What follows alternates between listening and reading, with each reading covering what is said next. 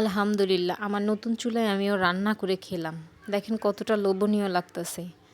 আজকে আমি শুরু করে দিছি আমার মাটির চুলার রান্নাবান্না। এখানে আমি বিরিয়ানি করব, তাই সব কিছুই গুছিয়ে গাছিয়ে নিয়েছিলাম। আর এখানে আমি জালটাও বিসমিল্লাহ বলে জ্বালিয়ে দিলাম। আর আজকে মাশাল্লাহ আমার চুলা জালটা অনেক ভালো জ্বলতেছে। তারপর আমি পেঁয়াজ দিয়ে দিলাম পরিমাণ মতো, সাথে তেল। এটা একদম লাল লাল ভাজা হবে। তারপর এটার সাথে অন্য মশলা মিক্স করব। যখন ভাজা হয়ে গেছে তখন আমি সব ধরনের উপকরণ এর মধ্যে দিয়ে দিলাম, সাথে একটু টক দই দিয়ে দিলাম। বিরিয়ানি করতে যা যা লাগে আমি সব কিছুই দিয়েছি। একদম ভালোভাবে এটাকে কষাবো। কষানোর পরেই যখন একদম কালারটা চলে আসবে তখন আমি মাংসগুলো দিব। এই যে মাংসটা দিয়ে দিলাম। এখন ভালোভাবে এটাকে নেড়ে চেড়ে তারপর এটাকে ঢেকে দিব কিছুক্ষণের জন্য। কিছুক্ষণ ঢাকার পরে এই যে আমাদের ফাইনাল লুকটা এখনই দেখতে পাবেন। কষানোর পরে এত বেশি লোভনীয় লাগতেছে। তারপর এটার মধ্যে আমি চালটা দিয়ে দিলাম, যে চালটা নিয়েছিলাম। পরিমাণে অনেক কম নিয়েছিলাম যেহেতু পাত্রটাও ছোট।